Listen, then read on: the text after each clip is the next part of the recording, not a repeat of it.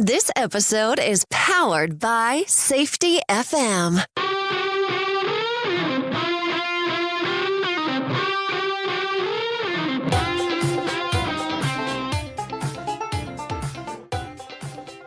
The Crucial Talks podcast with your host, Mike Sadam.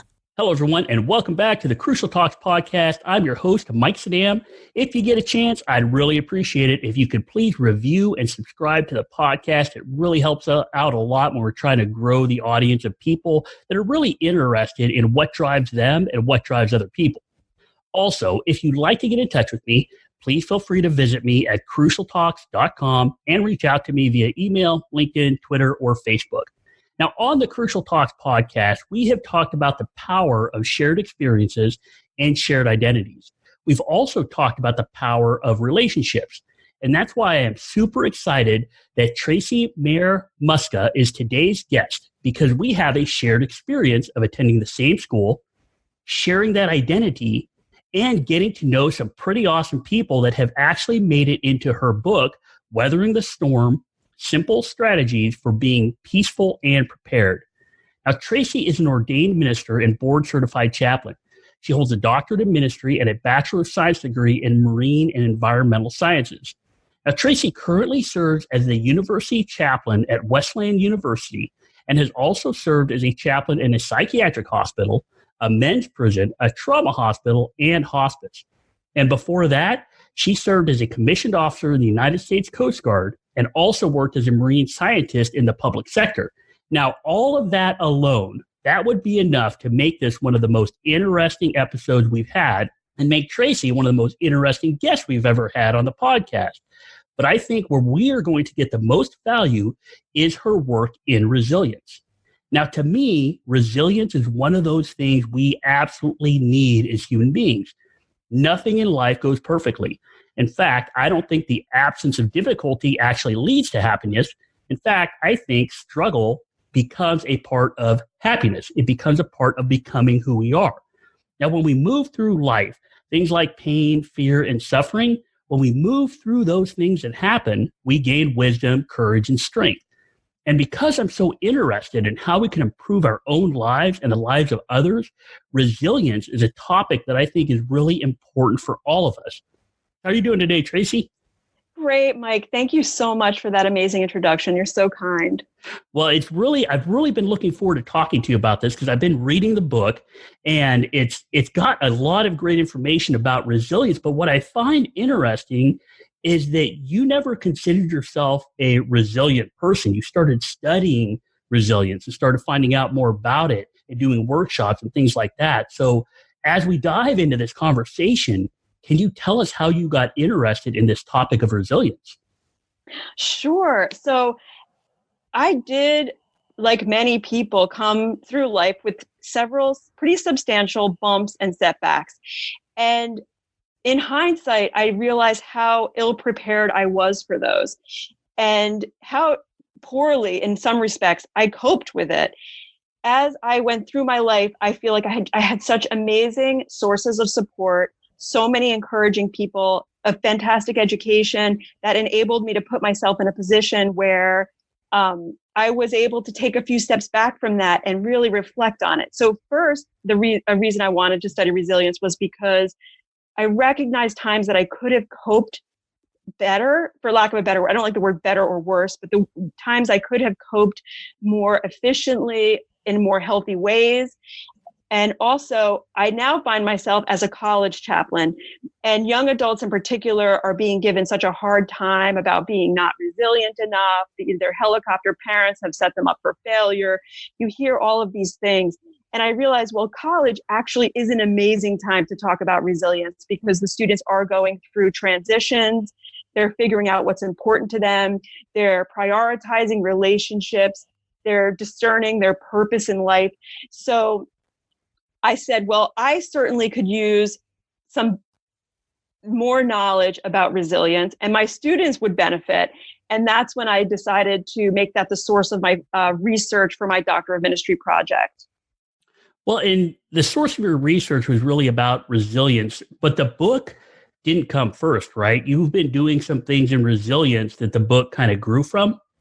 Yes, precisely. So when I started studying resilience and doing research more intentionally, I used that research to develop a weekend retreat for my college students. And what shocked me is from the beginning to the end of this retreat, the students self-reported a 45% level, an increase in their level of self-identified resilience. And it's definitely not because I made them more resilient in a weekend, but just breaking resilience down from something you're born with and not, kind of debunking that myth and inviting people to see resilience as a set of characteristics that they could cultivate and that they have the power to grow and work on in the advance of difficulty. That made my students feel excited. And they also realized that they actually have a lot of gifts and skills already. So they left the weekend feeling that A, they had gifts and skills existing in their toolbox, and B, the ones that did need some work and growth, those were gifts and skills that they could grow and work on with some mindfulness and intentionality. So that the excitement of my students from that resilience retreat, the several that I ran, made me realize that this material could be helpful to people outside of my small college university context. And really all age groups, all demographics, everyone is looking to feel more peaceful and prepared, more confident and more hopeful. And I'm hoping that that's what this book will help people do. Well, this is what I find interesting is the book is not just theory based. It actually, what I love about the book is that it actually came from your experience, not only through the theory behind it, but then using it and the context of how you used it kind of proved its worth. I mean, you're talking about the fact that you're dealing with college kids just coming out of high school. They're still trying to find their way in the world. They even have this, in my opinion, they almost have this other kind of thing hanging over them because when we grew up, right, we didn't have all the social media stuff. It wasn't people seeing or thinking about microwaving success or people counting on these kind of more shallow relationships of likes and things like that. And so it's almost like these younger kids or this generation is almost faced with this extra layer of difficulty because they're labeled as not being resilient.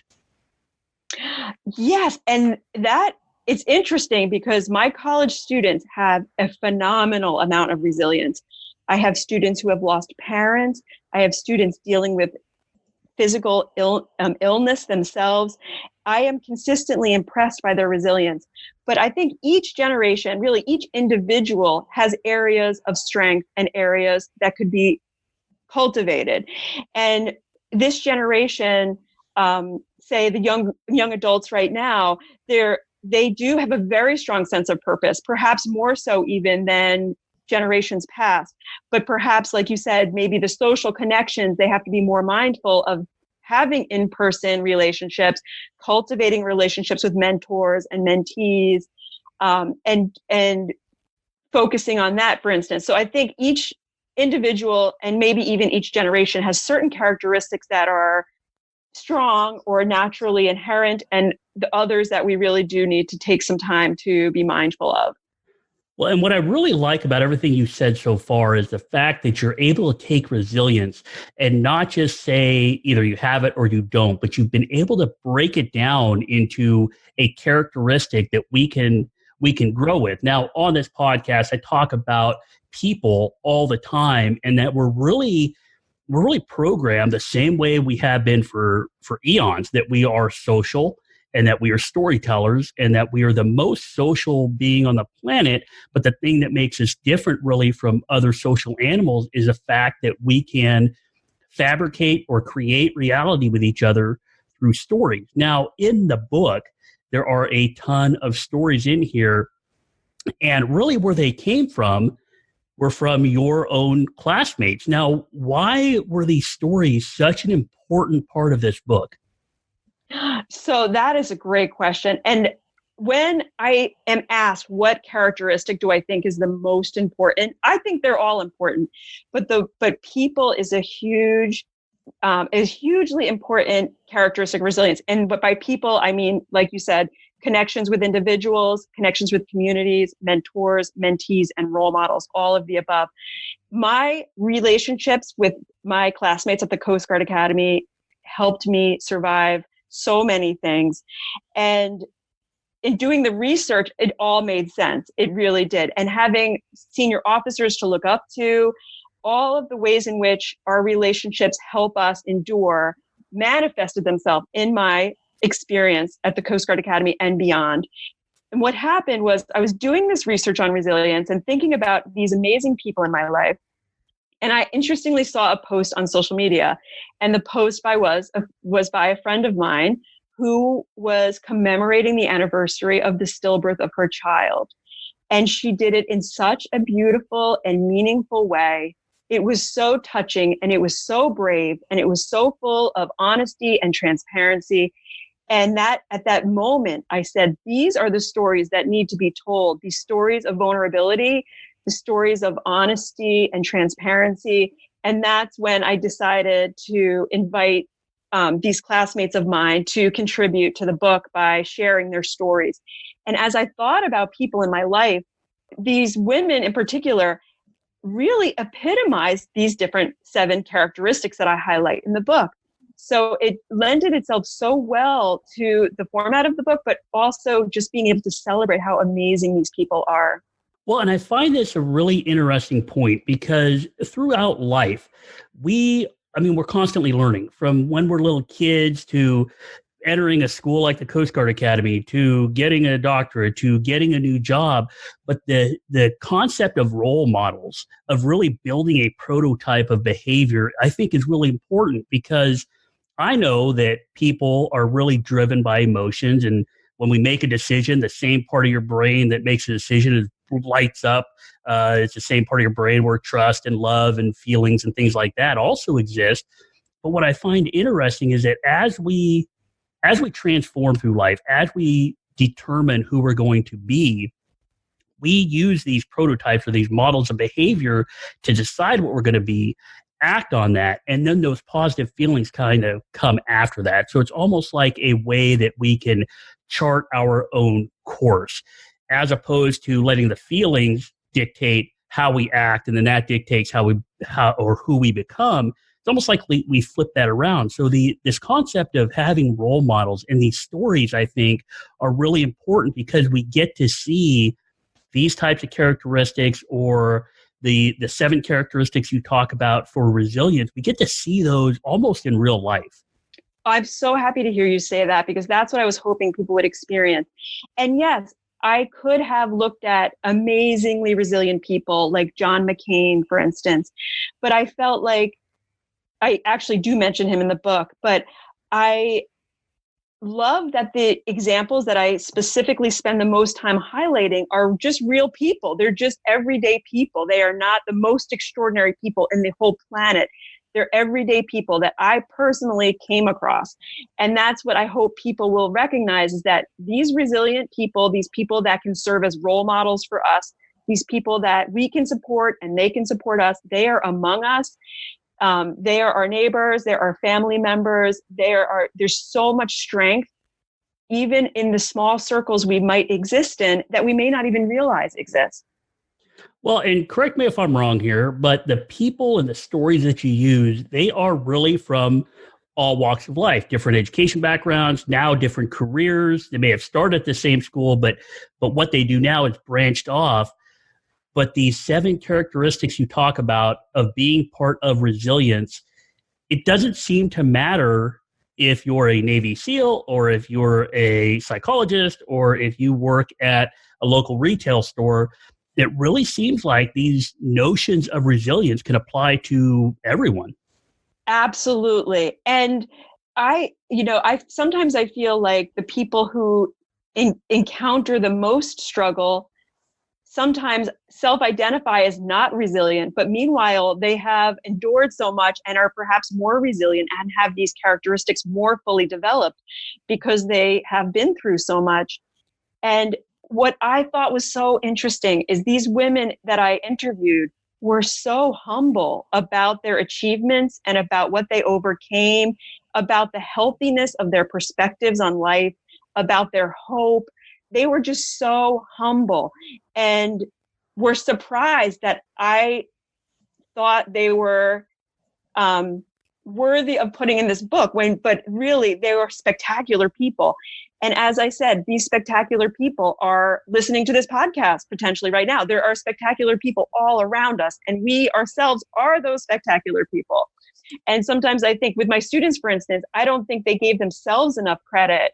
And so what I'm excited about resilience is this idea that it is not something you're born with. It is a set of characteristics that we can cultivate. Some of us already have many of these characteristics pretty well in hand. The ones we don't, that's not bad news, because we can simply work on them. And actually working on these characteristics can be incredibly fun.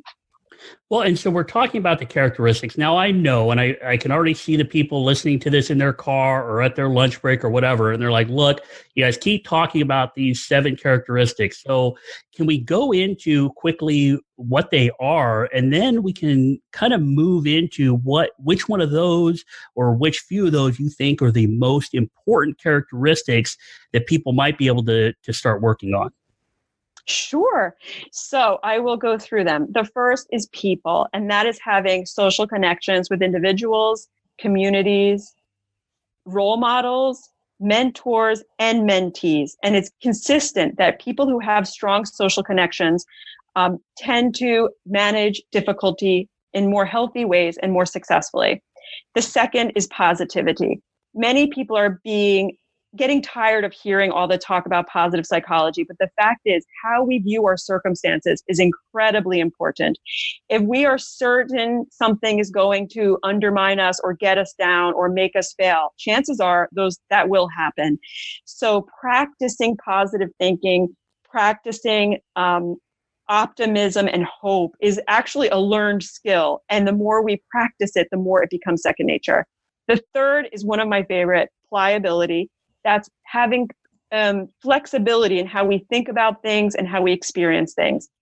Unwanted and unexpected change almost always accompanies hardship or trauma. So being able to live into that change, being able to recognize that change is an enormously important piece of being resilient. The fourth is problem solving.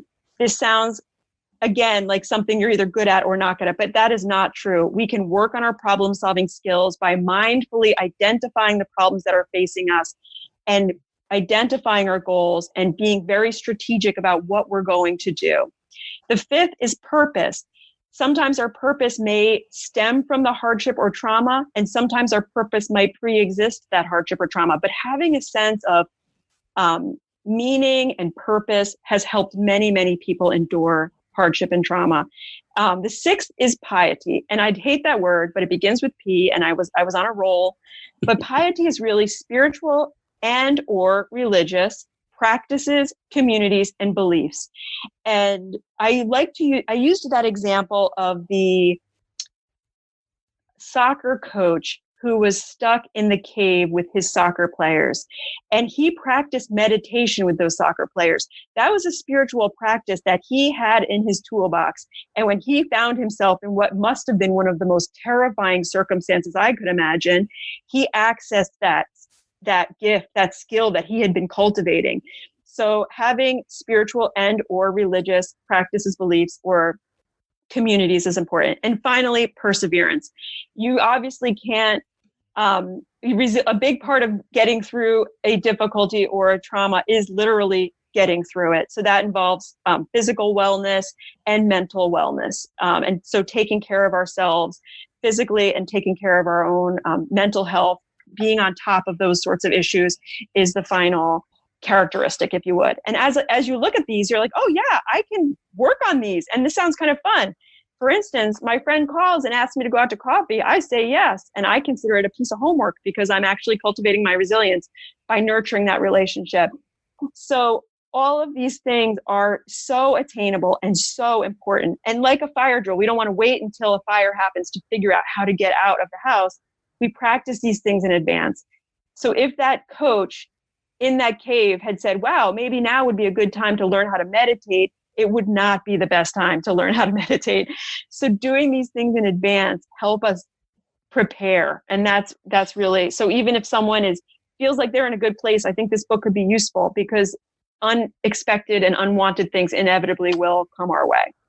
No, all of these are really awesome. I mean, people, positivity, pliability, problem solving, purpose, piety, perseverance. I mean, all of these things are great. You could add an eighth, practice, for if you wanted to stick with the P thing. But I love all of these things. I love what you said about the fact that you don't wait for the fire drill. You got to practice. And that's what I really find interesting, and what I hope people can get from this, that a lot of these things people they look at maybe a prototype of somebody they see on TV, of a documentary or whatever, and they're like, I could never do that.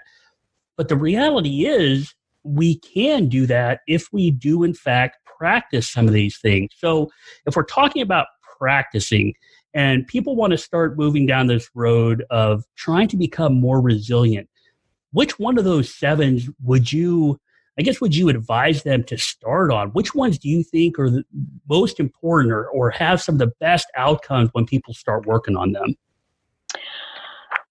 So as you can see, I get really excited about all 7 of them. And I love that you said practice. My daughter, interestingly, said, well, why isn't patience on that list? And I said, that should definitely be on the list. So I think each of us might identify additional characteristics that I omitted that are relevant for them, or maybe for many others as well. One that I'm really excited about is positivity.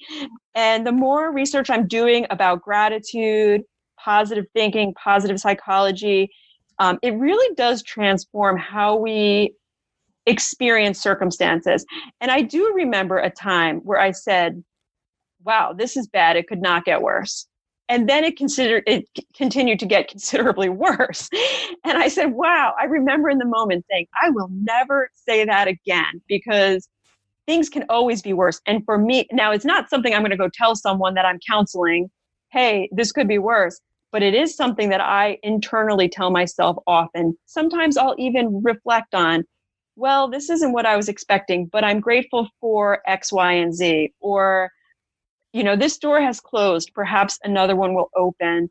And I do invite my students, there's a fantastic Buddhist tale that is called The Farmer's Luck. And it basically tells the story of a farmer where things happen to him and the community seems to think, oh, that's good. And it turns out to be bad. Or, oh, that's bad. And it turns out to be good. And that is often what happens in our lives. We don't have the long-term view of things that happened. So I'm really struggling myself to just live each moment with an open spirit, that even when things happen that I'm not happy about, that maybe something good will unfold as a result of that. I don't want to minimize suffering, because absolutely there are some things that happen in our lives that are just bad and there's nothing to make them good. Nothing could make them worthwhile. But I try in my own spiritual practice to really have a spirit of openness and try to focus on whatever I can give gratitude for in the moment. Well, I think that's really powerful, because I've said before, hey, I could be standing right next to you. We could be looking at the exact same thing, but experience it 180 degrees different, just based on that alone. So what we want to really kind of talk about is this notion that positivity can change the way we see what we're dealing with. Now, if we do that, if we throw a little gratitude in there, if we look at things a little more positively, what does that actually do for resilience when we're trying to change the lens we're looking through? Such a good question. Interestingly, there was one scientific study where people assessed their circumstances, and then they were invited to look at the circumstances of others that were actually worse off. This sounds like a terrible study in some ways, and then when they assessed their circumstances again afterwards, they actually looked at their circumstances more positively. So interestingly, this really, really does have a proven effect on how we perceive things. But if we're dealing with a situation that's difficult and we're saying to ourselves, oh, I definitely can't handle this. There's no way I'm going to get through this. This problem is intractable. There is no possible solution. It significantly reduces our chances of finding a solution to that problem. What is interesting to me is this is something consistently I'm reading, that when we practice gratitude, when we practice positive self-affirmations, when we volunteer, these are things that help us look at life more realistically, less, we say in college a lot, students sometimes catastrophize. We use that word. And I like that word because that may be our inclination to catastrophize, but we're just inviting people to look at their circumstances objectively and even with a spirit of hope. And that really, really does impact the energy with which we approach the problem, and also will impact the outcome. Well, and so this is really cool because we've talked about the notion of positivity, of putting on this different lens so that you get to control kind of how you experience something. I mean, it takes us, in my opinion, by doing something like that, by showing gratitude or having positive self-affirmations, even when something bad happens, it seems to give us some control. So rather than saying, oh, woe is me, this bad thing is happening to me, it seems like by changing that lens, you now feel like, even though the situation itself hasn't changed much, you now feel like you have more control. Yes. And I love Thich Nhat Hanh has said, he's a Buddhist monk, and he talks about whatever it is that we nourish, the seed that we nourish in our brains will be the one that grows and develops. So if we nourish the seed of negativity, that will grow and flourish. If we nourish the seed of positivity, that will grow and flourish. And even when we look at our past circumstances or our present circumstances, when I look at my past, I can focus on all the difficult negative things, or I could say, wow, I was able to go on board the Coast Guard Bark Eagle and sail across the Atlantic Ocean and see amazing sunsets and challenge myself. And I can only focus on the positive. And then it does reinvent some of our past experiences in terms of how we remember them. It's not being in denial about the difficulties we might have experienced. It's just choosing not to make them the focus of our attention.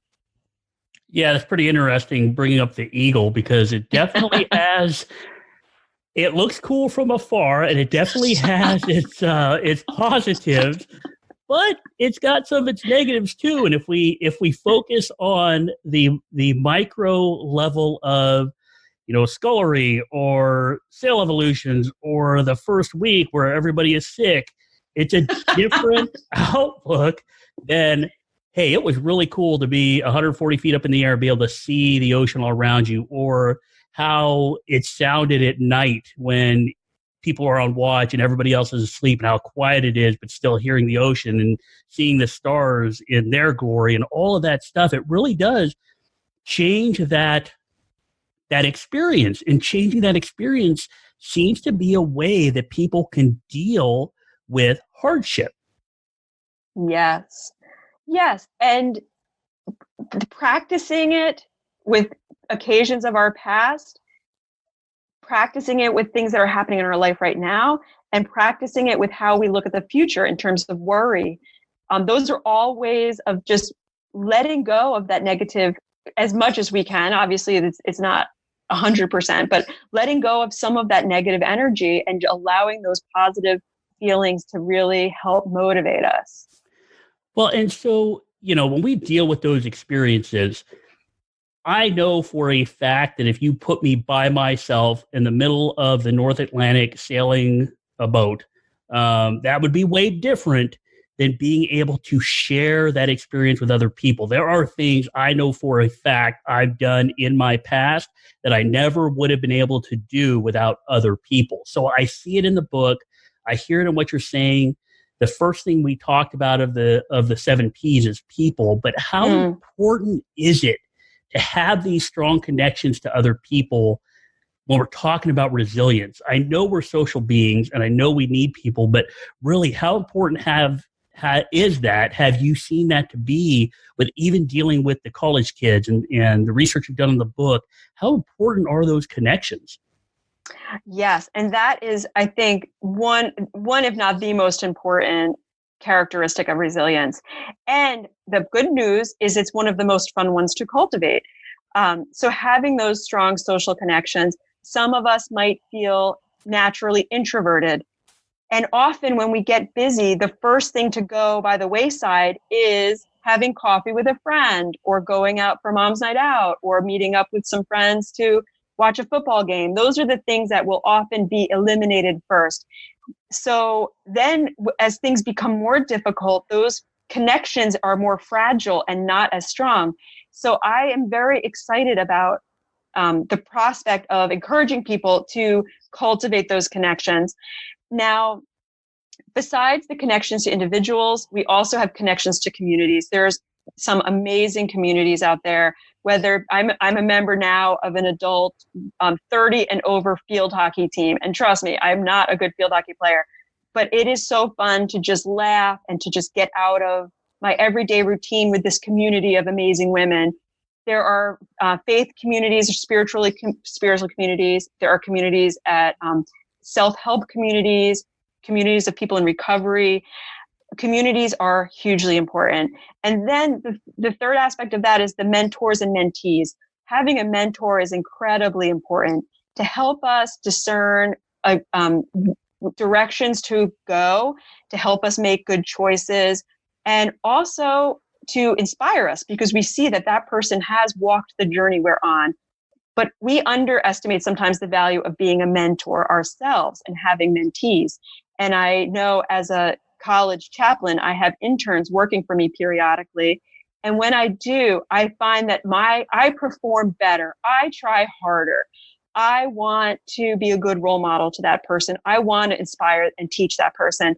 So being a mentor is also an important part of resilience. And again, as you mentioned, role models, they don't need to be perfect, but I think often of a woman, can I tell a quick story? Absolutely. Okay.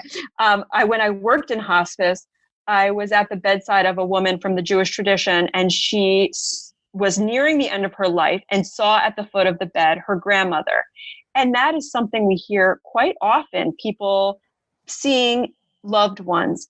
In this case, it was unusual because the patient really didn't have a good relationship with her grandmother. Her grandmother was very intimidating and not warm and not kind. So the woman asked, why would this vision be happening to me? Why would I be seeing this person? And the more we talked about it, she realized her grandmother was visually impaired and raised 10 children and was one of the strongest people she had ever known.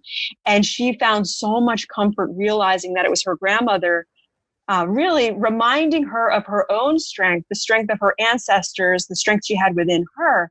And my patient had such an increased sense of peace after that. So the role models don't need to be perfect. They don't need to be spectacular in every respect, but there are people out there that we can look to that can inspire us to be our best selves and to discover in us what can help us get through something difficult. Well, I love that we're talking not only about looking for a role model to kind of emulate or to find the behaviors that will allow us to self-transform or transcend to a different role that we might want to play, but to really acknowledge that we, at the same time, could be a role model or a mentor to somebody else, and really considering what legacy we want to leave behind for others. I love how you put that and how that could really impact our own resilience. Yes. And it's so many of these characteristics are tied together, aren't they? Because being a mentor also contributes to our sense of purpose. And when we know there's people that are depending upon us, it helps us get through, whether that be our children, whether that be our neighbors, an aging parent, when it's an employee, when we have people depending on us, it helps us say, hey, I need to pull it together. I need to be able to get through to tomorrow because people need me. I need to be available. And it does help us to dig deeper. Well, yeah, I love that also because I had this discussion with somebody not too long ago about Maslow's hierarchy of needs and how the top of his pyramid or his triangle is really about the social aspect of life. But one thing that I think Maslow came up with later in his career was that beyond the top of that hierarchy was really a sense of self-transcendence, where it's more than just self-actualization. It goes beyond that into doing things for other people. So I love how you just said that a lot of these things tie together, and that not only does acting as a mentor help you personally, but it also is a part of having purpose. And it goes back to that notion that people really do great things, not only when they're doing them for themselves, but really when they're doing them for other people. Absolutely. The purpose consistently comes up as a really critical means of getting through anything difficult, because when we are able to identify and cultivate our sense of purpose, we are able to recognize that the hardship is it feels like the hardship is setting us back, but we know we need to get through it. We know there's a greater reason to consistently wake up each day and do our best to make it through. So the purpose is huge. And I have done a lot of work with gun violence prevention, and seeing the activists and how dedicated they are to preventing gun violence and to help make people safer. And that sense of purpose, sometimes coming from direct personal experience of loss and trauma, that has been an inspiration to me, to see how they get through each day because they want to protect other people. And that's a fairly dramatic example, but even in our own daily lives, our sense of purpose could be not so newsworthy, if you would, but our sense of purpose could be to help our students make it to the summer. It could be to get through one day without drugs or alcohol. It could be whatever our sense of purpose is. It could be a short-term thing. It could be a long-term thing. But it does help us see the big picture. It helps us look beyond the moment. Well, and so far, all of this stuff has been so great, but I know we've got to wrap up this episode. We've talked about the importance of community and how people and being together is so important. We've talked about purpose. And really what I love about what you just said was the fact that we can recognize, and I think we should recognize, that hardships are going to come. And it's not the avoidance of those hardships that allow us to grow, but it really is going through those hardships. And when we come out on the other side, that's when we grow. I think that's all valuable stuff. I know a lot of people out there are thinking the same thing. So if they want more information, if they want to get a hold of you, they want to find out more about the book, where can they go to contact you or to get more information? So I have a link to the book, the publisher. The book is available on Amazon. It's also available through the publisher. And there are links to that at my website, Mehr-Muska, which is M as in Mike, EHRMUSKA.wordpress.com. Well, I'll definitely put a link to that in the show notes. I'll also put a link to the publisher's website and the Amazon link for the book, because like I said, I'm going through it. It's got a ton of great information, and I really love the stories, not only because we know the same people and it's just amazing to read their stories, but it really is impactful on how we really think in our own heads and how we can build this resilience in ourselves. So I really wanted to thank you for coming on. This has been a great conversation. I think a lot of people are going to get some benefit out of this conversation and your book. I'm so thankful that you had me on today. And I'm so grateful for the important work you're doing about having conversations, about connecting with other people, and about discovering our inner strength and our gifts and how that can help change the world. I think you're amazing, and I'm so thankful. Well, thanks a lot. That's a great place for us to leave off. So everybody out there, if you have a chance, I'd love for you to visit me at crucialtalks.com, and feel free to connect with me if you need anything. I'm available on email, LinkedIn, Facebook, Twitter, whatever works for you.